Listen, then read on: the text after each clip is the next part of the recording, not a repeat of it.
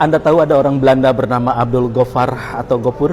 Dia fasih berbahasa Arab, juga menguasai ilmu-ilmu tentang Al-Quran. Pada 1855, dia dikabarkan pernah selama beberapa bulan tinggal di kota Mekah dan di kota Jeddah. Di kota itu, dia mengucap 2 kalimat syahadat, bahkan layaknya seorang muslim, dia juga dihitan.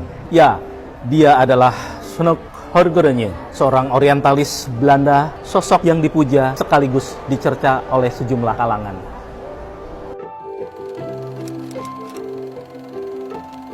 Bagi sebagian masyarakat Indonesia, nama Christian Snoek Horgronje masyhur sebagai arsitek penaklukan masyarakat Aceh oleh kolonial Belanda.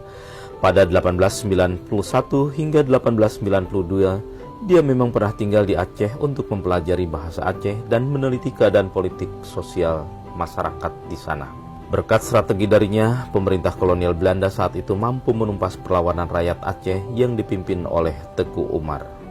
Sejak tanggal 5 hingga 20 September, sebanyak 38 foto biografis Christian Snoek Horgronje dipamerkan di kampus Universitas Islam Negeri Sultan Maulana Hasanuddin, Banten. Pameran ini digelar atas kerjasama dengan Galeri Foto Jurnalistik Antara, KITLV Jakarta, dan Universitas Leiden. Wakil Rektor Bidang Akademik UIN Banten, Mufti Ali, mengungkapkan bahwa pameran ini merupakan momentum peningkatan budaya dan atmosfer akademik di kampus UIN Banten. Sebab Snoek Horgronje merupakan tokoh penting yang membentuk pemahaman mengenai Islam Indonesia, sekaligus tokoh yang memata-matai para penuntut ilmu dan guru asal Nusantara di Mekah pada akhir abad ke-19. Termasuk di dalamnya adalah intelektual prolifik asal Banten, yakni Syekh Nawawi Al-Bantani. Selama di Mekah, Christian Snoek Horgronje sempat menikahi seorang perempuan asal Ethiopia. Di sana, dia juga antara lain berkawan dengan Kiai Haji Hasan Mustafa, seorang penghulu asal Bandung. Selain bahasa Belanda, lelaki kelahiran 8 Februari 1857 ini juga menguasai bahasa Arab, bahasa Melayu, bahasa Aceh, Sunda, Jawa, dan bahasa-bahasa lainnya. Snoek Horgronje menjejakkan kakinya pertama kali di Batavia dari Leiden pada Maret 1889. Sebagai antropolog yang menguasai ilmu-ilmu tentang keislaman, dia antara lain bertugas untuk meneliti kehidupan kaum muslim di tanah Jawa.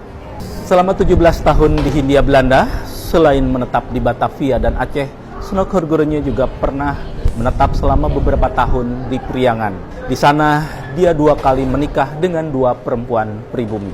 Istri pertamanya bernama Sangkana. Putri penghulu besar di Ciamis, Raden Haji Muhammad Taib itu dinikahinya pada 1890. Darinya dia mendapatkan 4 orang anak, yakni Salamah Emah, Umar, Aminah, dan Ibrahim. Tapi saat proses melahirkan anak kelima, sang istri berikut janinnya meninggal dunia. 2 tahun kemudian, Horgronje menikahi Siti Sadijah, putri Khalifah Apo, pada 1898 di Bandung.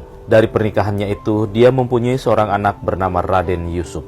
Menurut Patrick Matanasi di Tirto ID, Yusuf yang kemudian diasuh oleh Hasan Mustafa mencapai karir tinggi sebagai kepala jawatan kepolisian negara Pasundan. Namanya ikut dikaitkan dengan angkatan perang Ratu Adil yang diprakarsai oleh Westerling pada 1950. Salah satu putra Raden Yusuf adalah pebulu tangkis Edi Yusuf yang pernah memperkuat tim Thomas Indonesia pada 1958. Pada 1906, Snoek Horgronje kembali ke Belanda meninggalkan istri dan anak-anaknya di Hindia Belanda. Setahun kemudian, dia diangkat menjadi guru besar di Universitas Leiden dan mendapatkan sejumlah penghargaan, termasuk bertemu langsung dengan Ratu Belanda Wilhelmina. Dia juga kerap diundang ke berbagai acara diskusi dan seminar yang diikuti oleh para pakar dari Eropa dan Amerika Serikat. Pada 1910, Horgronje menikah lagi dengan perempuan Belanda, Ida Maria, putri Dr. A.J. Orts, pensiunan pendeta liberal di Zutphen. Dia tutup usia pada 26 Juni 1936 setelah mengalami pendarahan otak sejak Februari 1933.